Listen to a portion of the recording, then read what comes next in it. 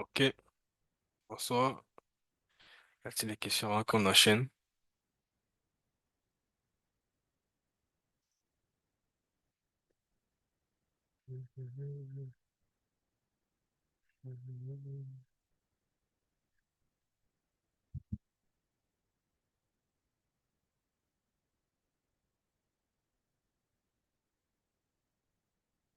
Hmm.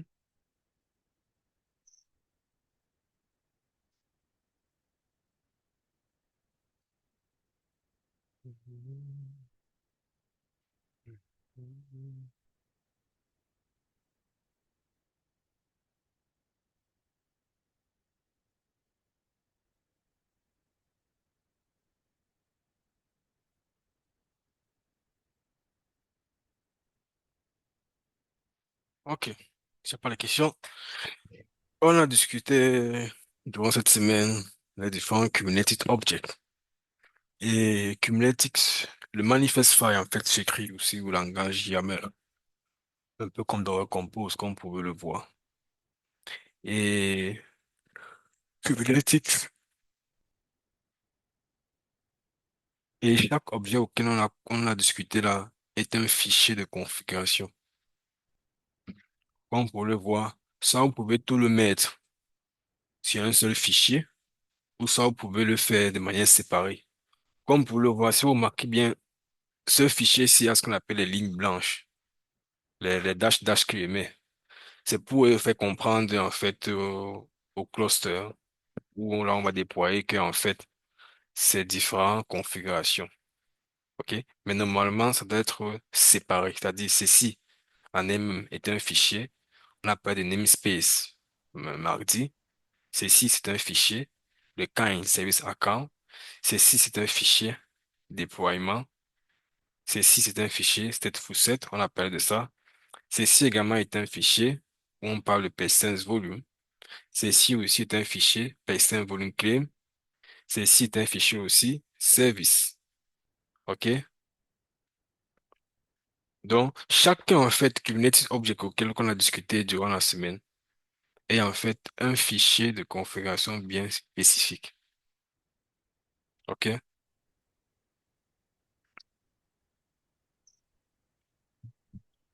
Je pense qu'on se comprend.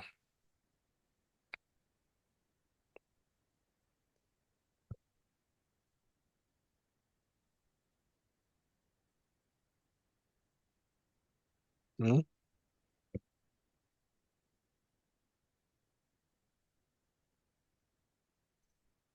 Je répète encore, n'essayez pas de retenir comment écrire le code. Si vous pensez que monsieur est assis pour écrire ça, c'est que moi, monsieur est en train de vous mentir. Mais le problème, c'est qu'il faut comprendre en fait comment ça s'écrit. Il y a les templates là d'ailleurs, avant que le IA n'arrive, tu pouvais trouver les différents templates en ligne. Tu prends seulement, tu modifies en fonction de tes besoins. On va commencer avec un namespace. Si vous remarquez bien, at the first you have the API version. That is similar to the compose, where you talk about first what? Also the version. That was version 3 and above. With Kubernetes manifest file, is it?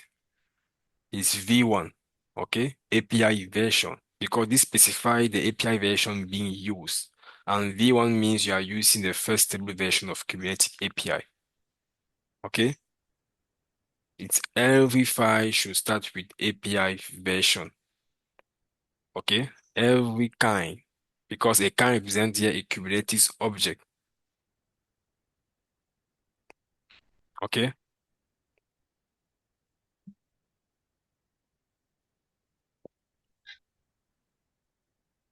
We good?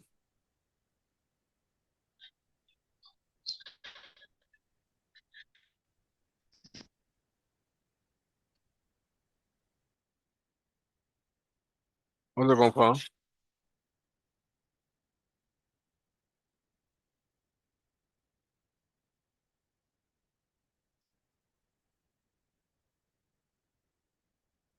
Hmm?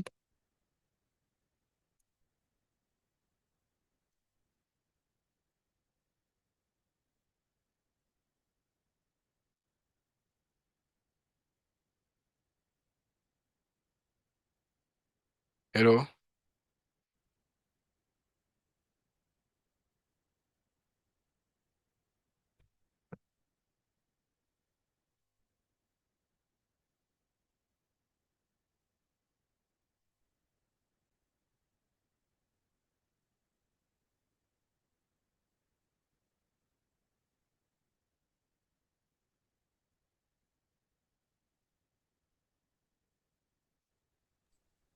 Y a-t-il des questions? Oui, oui, monsieur, il me semble là.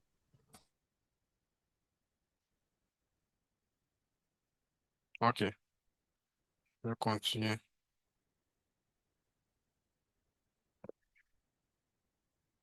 We talk about Tuesday kind namespace. Okay. The namespace simply defines the type of resources you are creating. I mean the kind, sorry. The kind simply define the type of resources you are creating. And in our case, it's namespace, which is like a virtual space inside a Kubernetes cluster to organize resources. We discussed about it on Tuesday. Like think, for example, of a big university, and the university is a cluster, and the cluster has different departments. Okay. So each department, which also means a namespace, has its own student and professor. That is port and service. Okay. The student here is what is a port, and the professor here is a service. So this is what the namespace is doing. That means that we are creating an environment or a project to deploy our application inside the cluster. That's why if you see all the other resources, they are all in the same namespace called S5 Tilan. Okay? You should let know that we are deploying this application on the project S5 Tilan that we created on our namespace S5 Tilan. That's what the namespace, the first file created. Okay? Now we have now the kind service account. You can remember what's the meaning of service account. Explain this. The kind service account. Any idea?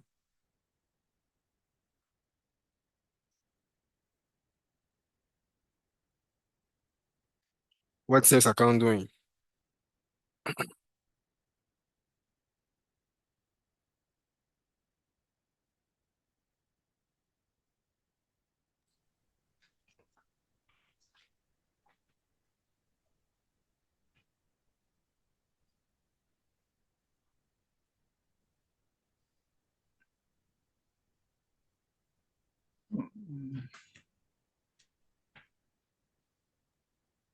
Service Euh, account, ça concerne les identifiants. De quoi? Hein. Vous avez dit que c'est la configuration des identifiants.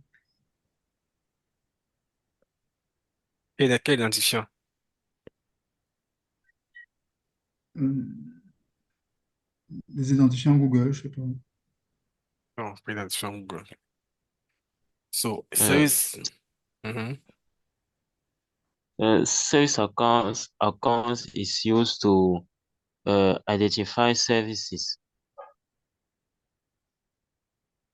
to authenticate services. It's used for example, to for APIs. APIs can authenticate or can be authenticated and or identified by other APIs with a service account. Bon, c'est pas bon ça. J'avais dit vraiment qu'on causait de Compute Engine, là, pas de service account. Il est bien précisé, m'a dit que c'est pas parce qu'on est dans Kubernetes que le mot service account va changer. Ça a le même but. Le service account, ce sont les permissions qui sont définies au niveau application. C'est-à-dire, ici, on va créer le service account qui est un compte spécialisé qui serait utilisé par les pods pour interagir avec l'API de Kubernetes. C'est un peu comme si dans une entreprise, chaque employé possède un badge qui lui permet d'accéder à certains bureaux ou équipements. Donc, le service account ici est comme un badge d'accès, mais pour les applications qui, euh, qui tournent dans le cluster. OK? Ça signifie qu'un pod peut utiliser ce batch pour lire des données ou se connecter à d'autres services. Donc, voilà le rôle du service account.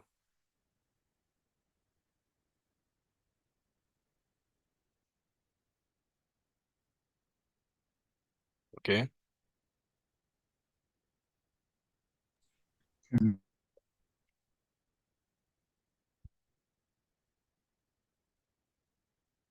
Maintenant, métadonnées, c'est quoi ici? Là, c'est le nom donné au service account.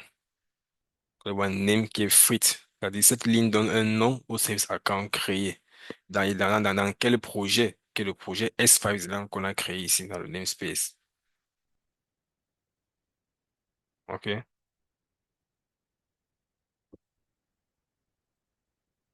OK? Ça signifie quoi?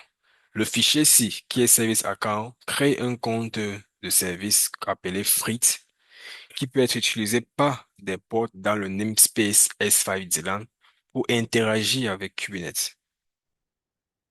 Voilà le rôle du fichier ici.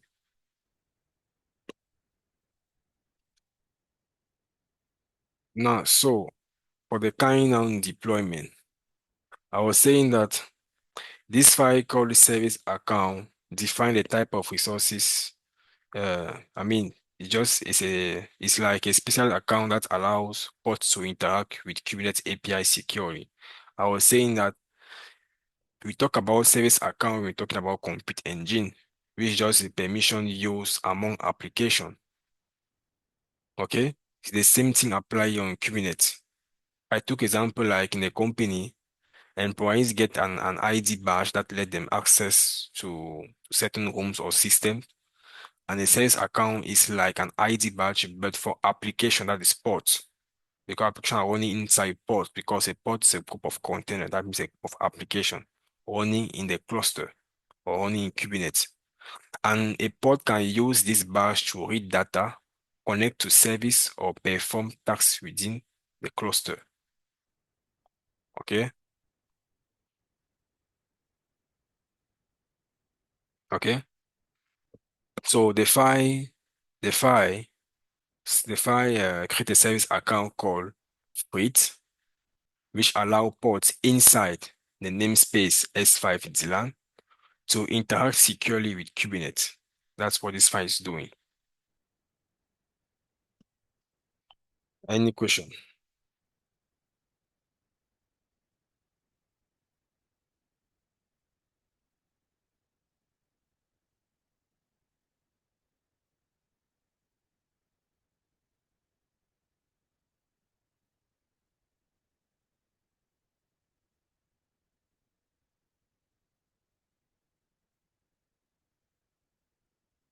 Des questions?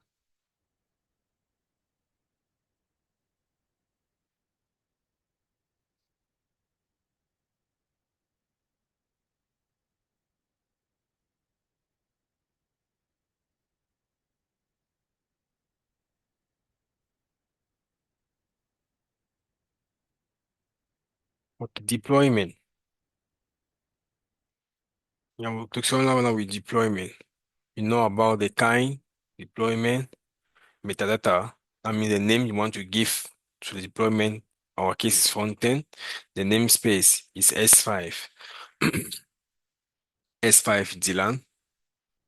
And the deployment is basically used to run and manage multiple copies or multiple replica of an application automatically. Okay? We are now under the spec, for example. The spec, what was the meaning of spec? These sections define how the deployment should behave. Okay? So here is now how you need to define how, I mean, here is where you configure the application. Because here is basically the name and where the application is deployed. The first part, the name is front end. You can change it to give what you want. The namespace, that means the area where you want to deploy this application is S5 DLAN. Now, how the application is now configured is under the spec because the spec defines how the deployment should behave. Okay? Under spec, we are having selector. This tells Kubernetes which ports belong to this deployment by match label. Okay? which port belongs to this deployment by match label. That means what? With a selector, you can easily connect a port with another port by simply putting this same match label to another deployment. For example, if I copy this and come and put it on match selector, this guy here down, it simply means that I want to connect, I want to connect my stateful set with my database. Okay? That's the whole of selector, match label. He's saying that if there's something, an application called frontend with the value frontend, connect to that application. Okay? Now, the match, what is it? The labels, match label. The match label now, this specify now which port should be managed by the deployment. Okay? And in our case is what? It's frontend. Because it will look for port that's having the label frontend. Okay? That means that deployment should manage all port having the name frontend. Okay? Now, the template. The template now define how now to create a new port inside deployment. Because for now, we didn't create a port. We don't have what is the image. Now the image part is now put under the template, which defines how to create new port inside the deployment. We are also having some metadata. That means to add is this add label support created by deployment. For example, the data you have now here down about what they call it. Metadata. Where am I? Putain, retour un peu dur. Template, metadata. Oh, where am I? I was saying that the template defines how to create new ports inside deployment. Now the metadata simply adds label to port created by this deployment. Okay? Under now we have now spec, but it's the same meaning. Label, app frontend. Under now spec, we now define what? Inside the spec now describe how the port should be built. They are having a service account that's Fritz that we created it up. That means that we are assigning the same account Fritz to this port. Okay. And the port will use this account to access Kubernetes resource securely. Now, under we have now containers, meaning that this define the application running inside the port because we said that a port is a group of containers, right? Containers, we give a name, our container is called frontend. Now the image is our image, okay? Now we specify some environment variable because this frontend, we need to connect to the database, okay? Because the env define important values like username and password for the application. In our case, we are defining this me MongoDB, Freight, me MongoDB. I will show you where this is taken, this value is taken by data service. Okay. The env simply define environment variable because our frontend needs to connect to our database. So we are defining, we are creating a admin username, we are creating a password, and we are putting the name of the server you need to connect. And what the server here is called what? Database service. If I scroll down, I'm seeing what here? Database service. Okay? That means that we define a username, define a password, or define also the service that he will use to connect. And this is a service here, database service. And this is the username here created here. Fritz and Damien. Okay? This is here Fritz and Damien. That means that the user is not created on the front end. The user is created in a database, not the front end. Okay? We create the user in the database, not the front end. We just now use the same value that we create a DB on the front end, so that the front end should be able to connect successfully on database service. Okay? You guys get me?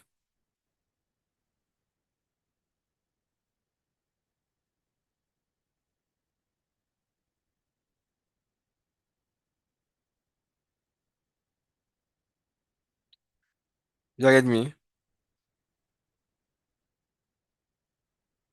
Ne faites pas, Yes, we can hear you. on va faire un projet. Seulement que, Yes. on peut pas déployer le cluster maintenant, c'est coûteux. Et on déploie ça quand on n'a plus rien à faire. Quand disons, on se concentre ça en 2 semaines. On travaille seulement sur le projet dont j'ai envoyé l'image là. Je ne sais pas encore déployer le cluster maintenant. Puis on a encore d'autres ressources à terminer. Et on a un peu du monitoring. Good. Mais c'est vraiment facile, hein, c'est juste une question de concept. You have now the stateful state. Stateful set, I mean.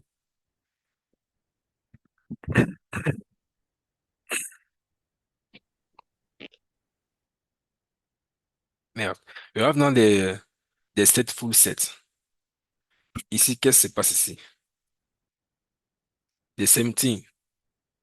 We also have here up our kind, that is stateful set, right? We also have here our name. We give it a base. We also have here our namespace S5 Dylan. Because if it is not placed there, you will not be able to if we put here Dylan S, that means that this namespace, this application will be deployed elsewhere. Okay? And our front end will not be able to connect to the database because that base is not on the same project, it's on a different project. That's why when you want to deploy an application, make sure that you will put them on the same on the same uh, on the same namespace, I mean on the same project. That's why I seen that all the file here are all placed on S5 Dylan. Now, the spec now, the same in here, just define the way we configure our port. In our case, we give the service name as database service. Okay? Database service. Match label after that beta means that this guy, replica good. Replica means that he will deploy 4 replica for the database. This for high availability. Okay? It will deploy 4 identical database when you put the replica 4. That means no matter what you put, this is what we call the desired state. That means that the control manager will make sure that the desired state is our file, okay, is actually what is inside the cluster. That means that even if you delete one replica on the cluster, because you provide the control manager the desired state is 4, you make sure that you make sure that I mean, the replica 4 here should be respected. That means that you will create a new port. Even if you kill one, you will create a new port and put it back to 4. Okay? So called zero state. Replica 4, that means that you will do a replica of 4 ports of our database service. Match label simply means that the same signification. You see that it's just a repetition. That means that he's managing, uh, ports that's having the label database. Okay? The template is now where you define now our container. The same thing, metadata, match label, the spec, container. We give the name of the container database. The image we use is Mongo. Now, in the database, you don't manage database. Docker Hub show you how to connect your front-end database. Okay? You don't manage database. This is how I will show you where this value is taken. This value is not given by developer. You should know how to take this voice value. You simply go on what? On Docker Hub. Unless the developer take the image and customize it, that means that he will give you now new values, the DB. I will go on Docker Hub. I will search for Mongo. That's our image. And by default, we will say that what? When you don't specify the tag on the image, by default, it will deploy what? It will take the latest version of the image. Okay? If the tag is not mentioned, it will go and download the latest version automatically. So I will search for Mongo latest on Docker Hub. Let me just search it. I'll Mongo.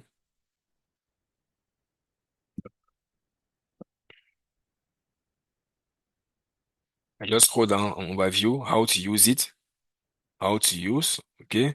I want the connection. You are seeing here, provide me example. You see, environment variable. If you want to connect it, you need to create a user on a DB. That is it. So Docker Hub is already explaining you how to use it. Okay? It's explaining you how to use it. How to use it. This is where you want to, you need to read. How to use it. Provide you Mongo init root user.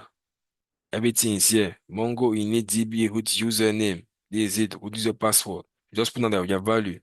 I put here Fritz. Value here was Damien. Okay? We good? Any question?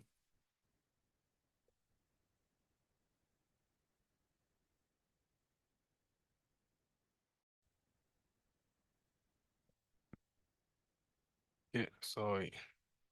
Connection went off. Any question about set full set? You see that I'm just repeating myself.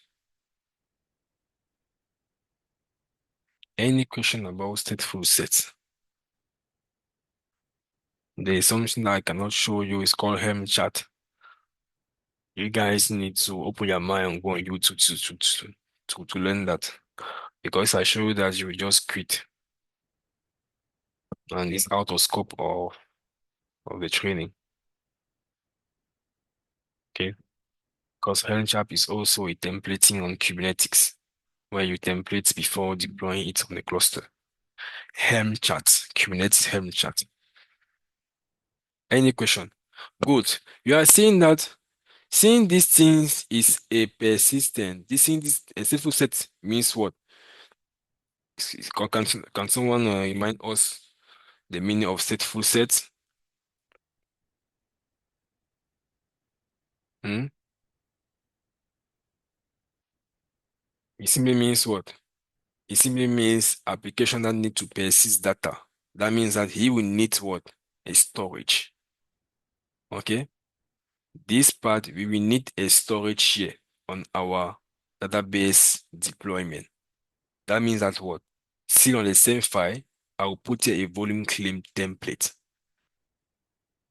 A volume claim template. I give the name data, access mode, okay? The spec, that means I'm configure it. Access mode is read height once. That means I should read and hide data. That means hide means save. Okay. Now the storage class name is a storage class name that was defined inside a cluster called DB08. That's why I'm using DB08. It was original on an existing cluster. Okay.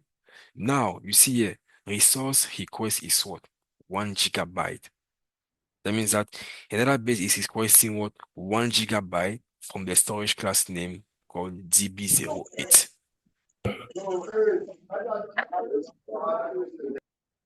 Okay. Okay.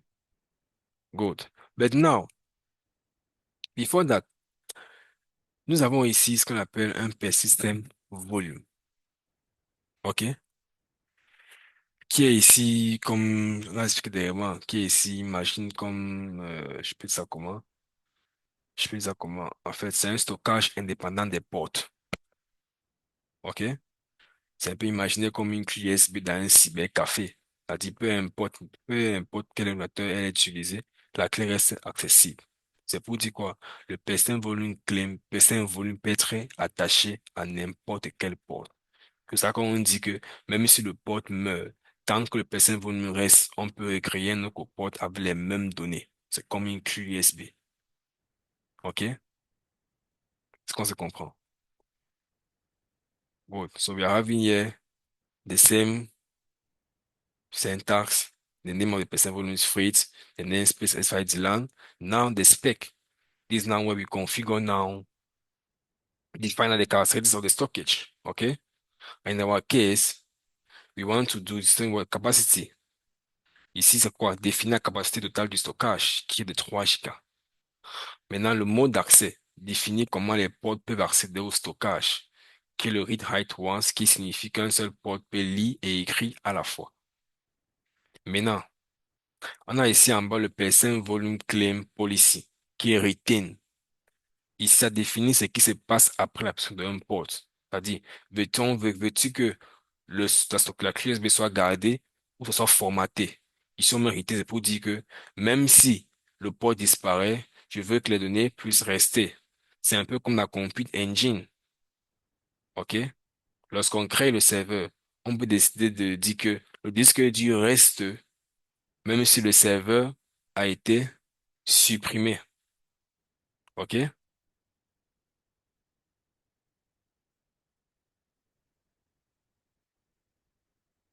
OK?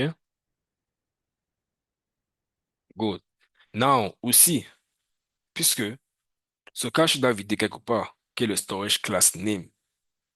OK? Qui est un storage class name, c'est-à-dire que ce volume utilise le storage class name DB08. Parce qu'un storage class est définit le type de stockage utilisé. OK? Il ne prend pas le stockage quelque part. Il va le prendre dans le storage class name qu'on a expliqué mardi. L'autre cas, c'est DB08. Maintenant, le host path indique seulement ce que indique que ce volume est stocké directement sur la machine hôte. C'est-à-dire, il va sur le chemin d'accès, là où le volume là est. Le mount path, that is mount data. OK? Donc voilà comment un person volume est créé.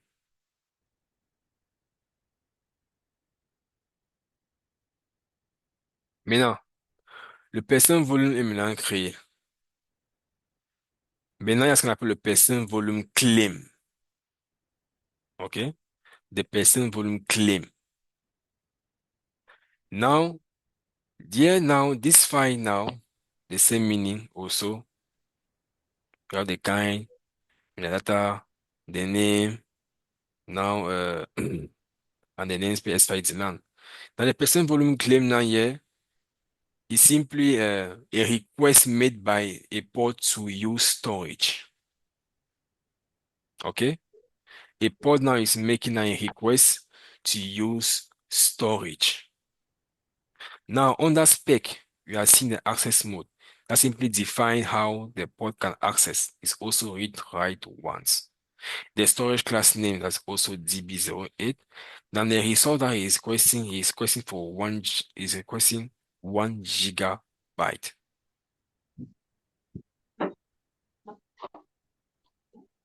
Okay, we good?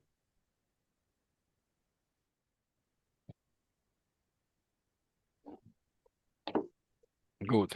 Now that all our file is now created, but we say that for us now to be able to deploy our application, we need to define something called a service. Okay? I also said that on Tuesday that we do not export database. Database is not exposed. Okay? We don't expose database. On n'expose pas une base de données.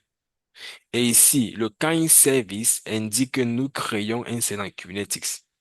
C'est aussi pareil. Le nom du service est front-end service. Le namespace est S5 Maintenant, le spec qui est le fichier de configuration, qui est là, qui est défini comment est-ce qu'on a configuré, en fait, configurer ou paramétrer le port. Le selector, maintenant, si c'est parti maintenant, le service, va rediriger maintenant le port vers tout, va rediriger le trafic, en fait, vers tous les ports ayant le label app front-end. OK?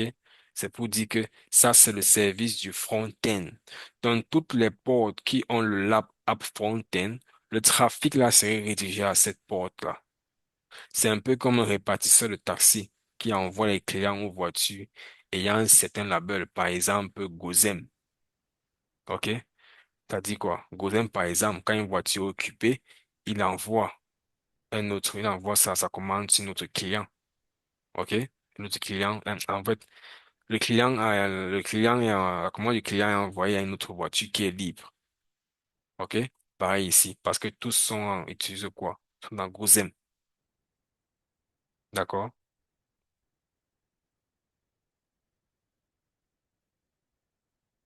OK?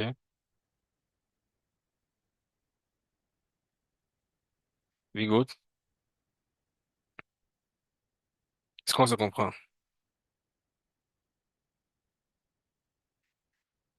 Good. Now, plus sur le front-end, il n'y a pas de problème à exposer le front-end. OK? Puis c'est la partie visible de l'application. Le front-end, on doit le voir. Dans notre cas, ici, des ports qui définit le port utilisé par le service, qui est TCP, c'est-à-dire le protocole de communication sur TCP, qui est un protocole standard pour les applications web. Maintenant, on décide d'ouvrir ceci, le port 8081, OK? C'est-à-dire Kubernetes, c'est-à-dire le port 8081 est en fait le port d'accès de service.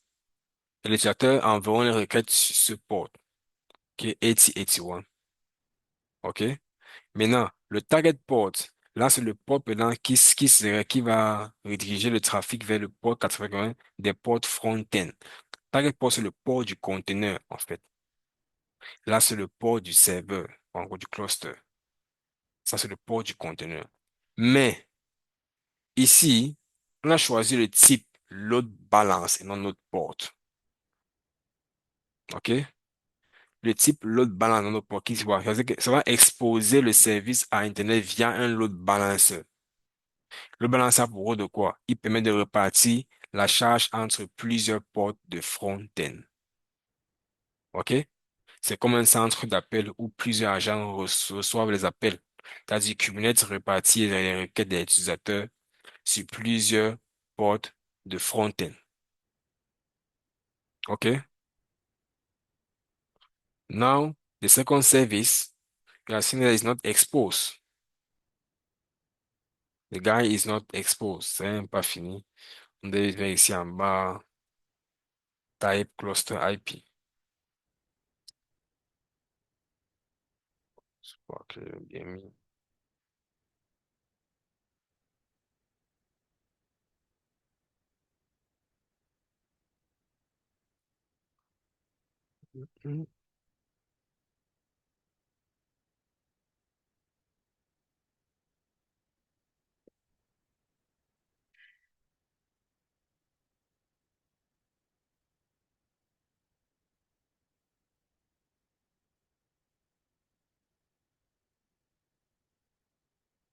Type here was supposed to be type cluster IP. Okay. The same database service, and it should attach, this service should be attached to all port having the selector app database. Okay. Now, for the database frontend, I'm sure that he took this port was taken. This is the normal port of MongoDB. If I go on DB, you will see this it here. It's not a random number. The port is Orion Docker Hub. It's the port used by MongoDB. That's 27017, the same port used here. Okay. But the type is cluster IP because we don't expose database. We don't expose that. Now, if I should make an overhaul of all these files, because I see that these files, these Kubernetes files work together to deploy a front-end application with a database. That means that they define resources like you see our namespace, our service account, our storage, say deployment, set full set. Okay, so ensure that application is deployed, application runs smoothly. But we are seeing first that the namespace first here is now used for organize first everything. That means that we create a separate namespace called S5DLAN to keep all related resources isolated from other applications in the cluster. That's the whole of the namespace. Okay? This is important because this ensures that resources like port saves and storage are not mixed with other applications. That keeps everything organized and secure. Now, the service account is used to managing permission. Okay? That means that you will create that will be used by our application to interact with Kubernetes securely. Instead of using a default service account, we create a separate service account for security and help manage permission and access in the cluster. Okay? We now deploy now create now a percent volume. Percent volume first, because you cannot claim a resources. You cannot claim something here without defining first a percent volume. We now create now a percent volume, okay, that define a physical storage for database of 3 gigabytes that can be used by a port. And this to make sure data persists even if database port is restarted or deleted. Okay? And it use a storage class called DB08 to manage store dynamically. And our host part here is what? Is mount/db that allow database to store directly on the node, that's right, on the server. We now define a person volume claim for requesting storage. Okay? The request now here is 1 GB of storage for the person volume fleet. Why? Because database needs storage to save data permanently. And if the person volume match the request, Kubernetes will bind them. Now go back now to the deployment. We're having our front end call. It's called front end. Okay? This now we are now running now the application. That means that you will create a front end application port that connects to the DB. Okay? That listening on port 8081. But we define it's the service was defined as load balancer reach there. That use the service account. That use the service account called frit.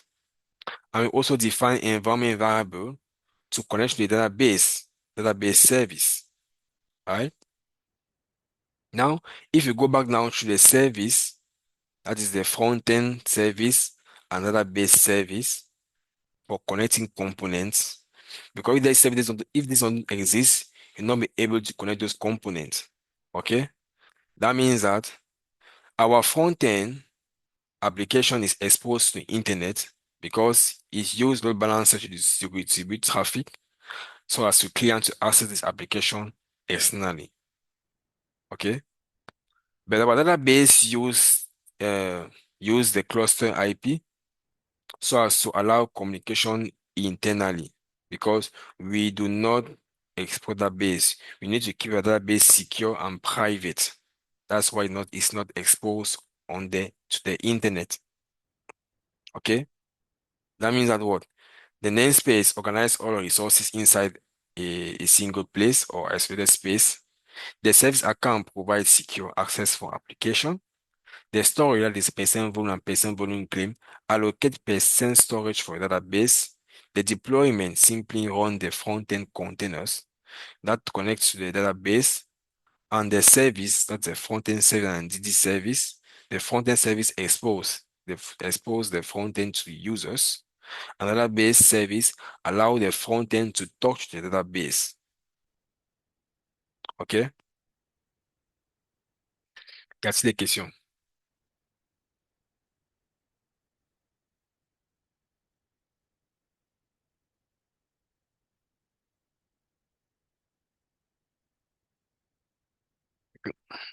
Préparez-vous pour lundi pour le quiz. On va faire un quiz lundi.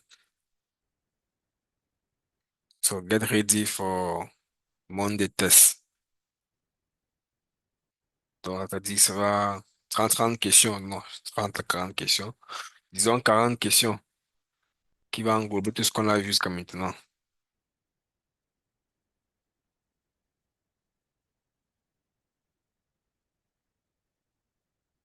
Vous avez accès à des quiz sur la plateforme. Je travaille encore. Ça dit que vous pouvez vous exercer sur l'autre là d'abord.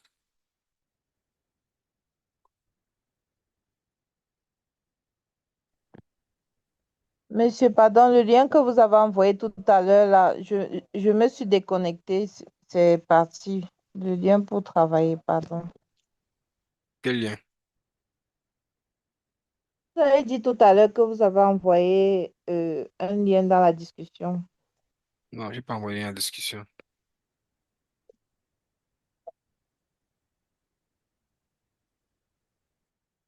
J'ai pas envoyé la discussion. Ok, d'accord.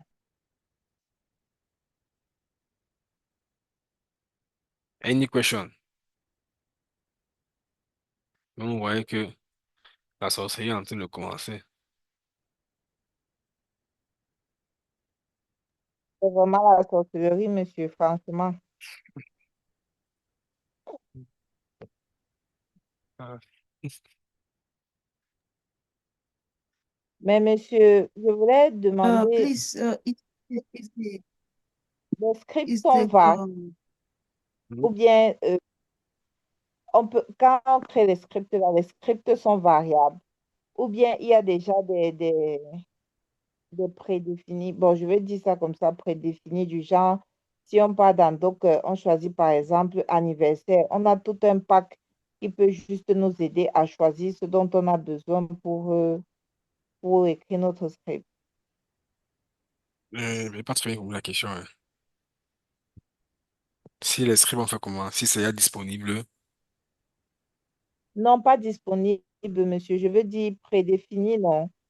Du genre, on sait que si c'est Halloween, on a, euh, si par exemple le thème c'est Halloween, on a déjà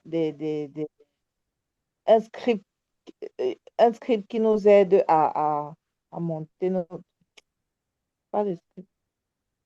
Bon, je comprends d'abord d'où le thème d'abord le script sort d'abord. Ça, c'est pas un script ici.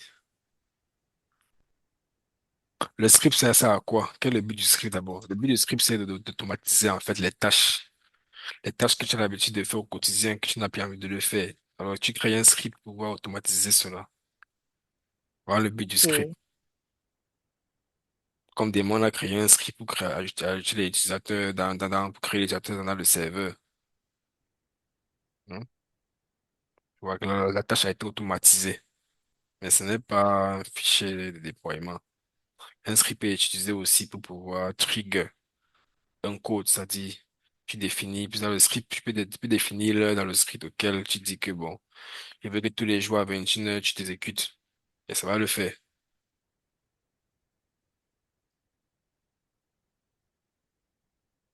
please, I have a Ok. question. Mhm.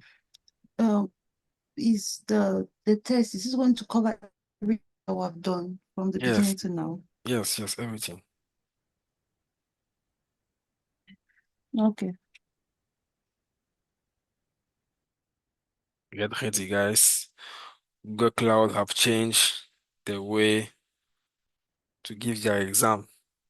I'm doing that because I took the test. I took the test myself. I think it was on January, yeah, January. Because my certification was the date was already expired. So it's expired since I think it was on November. So I took the test. I thought that I was already a strong guy. But when I tried to redo an exercise, that means train myself like 1 week before the exam, I discovered that hey, those guys they changed the way to do. I mean, to ask question on the exam. It's more like more scenario based question.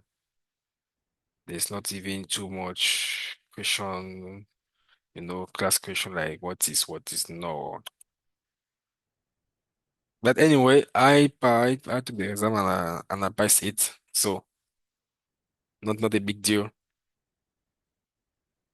Not really a big deal. So Coach, you said you took the exam and you had it. That's mhm. 40 or that's 40 or 50. Yeah, at least because but I don't know why Google don't expose. I mean they don't show like they know that you have. They don't show that. But AWS is doing that and Azure. That showing your mark. Google only say that you pass. So we don't even know which area you perform well or not. Don't know. Just receive a pass or a film or a fail result with no transcript. There's no transcript.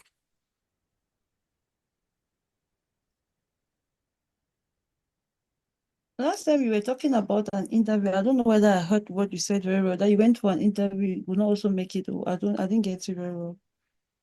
No, there are some guys that they took an interview The interview was so easy because it was just class question like what is load balancer, what's the use, have you ever worked with CI/CD on Google Cloud? I mean, each a question that he could answer if he advised. Is it the answer? And also the network issue. You cannot work online if during the interview your connection is disturbing. They will not take you even if you answer, if you manage to answer all the questions. They will not take you. You cannot go to an interview with a connection that's not stable. They will not take you in serious. The other guy, he didn't even to the interview. The day of the interview pass, he was not even there. So I don't know. I don't know. I don't know. Okay, so the other guy, the interview was just like straightforward questions. They didn't Mhm. go like they were not like scenarios. They were not like giving a scenario like what you just said. They were just straightforward questions like maybe what is Docker Hub, what is as you're saying. Yeah, but there also scenario like if you were as a scenario on load balancer. I don't really remember. But another the answer was using load balancer to do that. There was also scenario based question. But I see an interview of a guy that I'm working with him. It's actually based in US. So we're actually helping to pass his interview. Was a guy that's not even serious. So that means that he had two Zooms. That means that the Zoom is taking his interview and us behind that was providing answers. The interview was so easy. Man, that guy, So how did you help him? Because you have two zones, that's why you could help him to pass his interview. yeah, but the guy was having we said that make sure that you display your WhatsApp screen. I mean, you split your screen on the two. WhatsApp is here and the WhatsApp is an interviewer is here. So as just to read answers. But he was saying that he was not able to read what we were providing. They asked him a question like, what is the meaning of auto scaling? Oh, that guy wasn't serious because he doesn't want the game to well, first work again. He doesn't want the game to pay us for us to work with him. But that's now you see, if you will continue to work with us, you shall land this job easily. It was more than 130K a year. More than 130K a year. Ah, but he didn't deal with that. Then why are you not also going for those kind of interviews? People that is based in Africa, it's more difficult for them to nail a job. That's why it's very, very difficult. It took me like a year to have a job on my own. Like a year. Yeah. So why is the Ministry of Youth Affairs telling us that the job will be that easy Yeah, right now the way that's because on my time there were not all those partnership with Pangxiang, all those guys. No, there were not all those partnership at my time.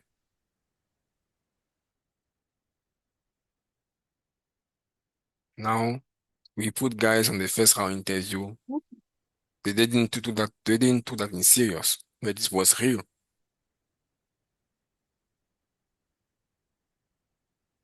It was okay, real. I also came across another one on database. I don't know whether you're the one to still teach on it. The new one that they're launching Which was the name? on database. You said the new one. Which new one?